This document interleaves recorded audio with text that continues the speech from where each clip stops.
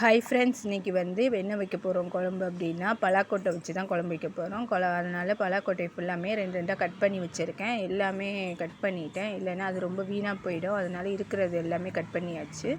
அப்புறம் அதுக்கு தேவையான தக்காளி, வெங்காயம், கருவேப்பிலை எல்லாமே எடுத்து வச்சாச்சு. தேங்காய் அரைச்சி ஊற்றி தான் வைக்க போகிறேன். அதனால் தேங்காயும் கொஞ்சம் வச்சு எல்லாம் ரெடி பண்ணி அரைச்சி வச்சுட்டேன். சாதமும் அதுக்கு இடையில ரெடி பண்ணிட்டேன். அதுக்கப்புறமா மசாலா அரைச்சதை போட்டு பலாக்கொட்டை போட்டு வேக வச்சு குழம்பும் ரெடி பண்ணியாச்சு. அதுக்கப்புறம் தாளித்து ஊற்றிட்டு குழம்பையும் எடுத்து வச்சாச்சு. அதுக்கப்புறம் லஞ்சும் கட்டியாச்சு. லஞ்சு வந்து என்னென்னா இன்றைக்கி தயிர் சாதம் தான் எடுத்துகிட்டு போகிறதுனால தயிர் வச்சு கிண்டி வச்சாச்சு. அதுக்கு தொட்டுக்க பலாக்கொட்டை தொக்கு வச்சுட்டேன். ஸ்நாக்ஸ்க்கு வந்து மேங்கோ வச்சாச்சு. மேங்கோ மட்டும் போதும்னு சொன்னதுனால அதுக்கப்புறமா நம்ம லஞ்சை ரெடி பண்ணி வச்சாச்சு. எல்லா வேலையுமே முடிஞ்சிடுச்சு. நீங்கள் இப்போ என்னோடய சேனலை வந்து ஷார்ட்டில் பார்த்துட்டே இருப்பீங்க.